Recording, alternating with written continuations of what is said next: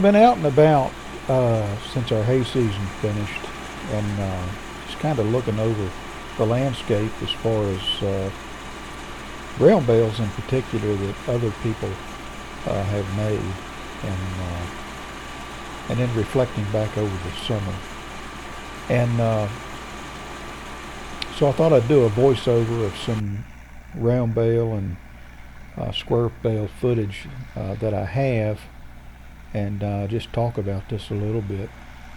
But you know, nobody around me, up and down the road, I don't really know any full-time farmers within the radius that I kind of hang out. Most people, they've got a day job, and they farm on the side, or they're retired and they farm on the side. And typically it's beef cattle, very few row crop, anything, where I'm at. And I see some of these fields, there's just so many round bales. And I stopped at one field earlier in the summer, and I easily counted over 100 4x4 round bales. That size is very popular around here. You'll see some 4x5 round bales, but predominantly most of the round bales we see in and around where we're at are 4x4 round bales. But then you see these things wrapped, in these machines that put them end to end and wrap them as you go, and then they're stacked end to end along the edge of a field, and it just adds up to really thousands of round bales, thousands and thousands of round bales. And drove by a farm today, and they hadn't finished round baling it, but there must have been 75 round bales in there, and probably another 75 to go. And it makes me wonder, how many round bales is enough? How many 4x4 or 4x5 round bales do you need to feed a single cow? And then if you got a herd of 20 or 30 or 40, 50, how many round bales do you need? Because what strikes me is how all of this hay is accumulated over the summer. And then I drive around and I watch, and it slowly and surely it's consumed, or maybe some of it's sold. But I really don't know too many people that are selling hay, again, in my neck of the woods, although there's plenty of round bales for sale if you get out on Craigslist or Marketplace. But it's just incredible to me how many round bales are made every year. And we're talking, again, not really a lot of full-time farmers, just part-time farmers with a day job, or they're retired, and they have a limited size herd of cattle, and then they have these round bales that they use. And one of the things I think about, and the reason I included square bale footage in this video, was what was it like back in the 60s before there was a round bale? And you look at these fields, with 100 round bales in them, and how many square bales did that equate to? And how long and what kind of labor did it take to get those square bales up and put into barns? And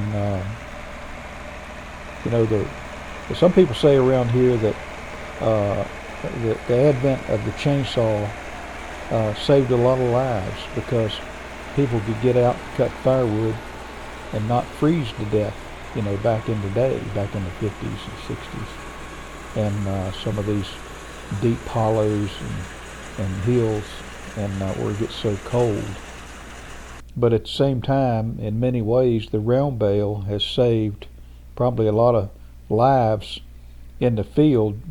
People working in these steaming hot barns, and 95 degrees and hot and humid, and making square bales. I think I read somewhere it wasn't uncommon, in the 70s for a dairy maybe to make as many as 25,000 square bales, and that's been reduced a lot, I guess, to round bales. At least in our area, it has. And so I wonder how many round bales is enough. And I'd be curious in the comments how many round bales, 4x4 or 4x5, you feed per cow over the winter. And do you need you don't have to tell me your herd size. I'm not that nosy, but I'm just curious. On your farm, are you feeding 50 round bales, 20 round bales, 120, 220? How many round bales are you feeding out? And do you always have enough? Or do you have to reach out and buy hay? Or do you buy all your hay? Because I've read a number of articles that suggest that the farmers should focus on raising cattle. Like if you're just a straight up cattle producer, not a dairy or a row cropper, and buy your forage instead of fooling with it and the equipment and the land that goes with it. Maximize the land you have for the cattle you have, and buy all of your hay and feed, and let somebody else produce that. And I have to believe to some extent that's taken hold, because the price of equipment is so expensive now, and the tractors and balers, and just like in our area, square bales used to be really cheap. I mean, they were like really cheap, and they were everywhere. This was years ago. But as some of these farmers retired part-time. I don't know, maybe there was some full-time back then, but their old New Holland balers or their old John Deere balers, they retired and sold their equipment, and somebody else bought it, and then somebody else bought it, and then after a while, just between age and the price of parts, people got out of the hay business. And so in our area, square bales bring a pretty good price, even if they're trashy square bales. Round bales not so much, but I believe that pricing is going to go higher because every year a round baler gets too expensive to repair and too expensive to replace. And so somehow I think that the price of round bales, just supply and demand, given those that are willing to invest in the equipment, is going to lower supply and raise demand, and with that prices. But anyway, I just thought I'd do a little voiceover with some of this footage here, and ask the question, how many round bales is enough? I'll talk to you later.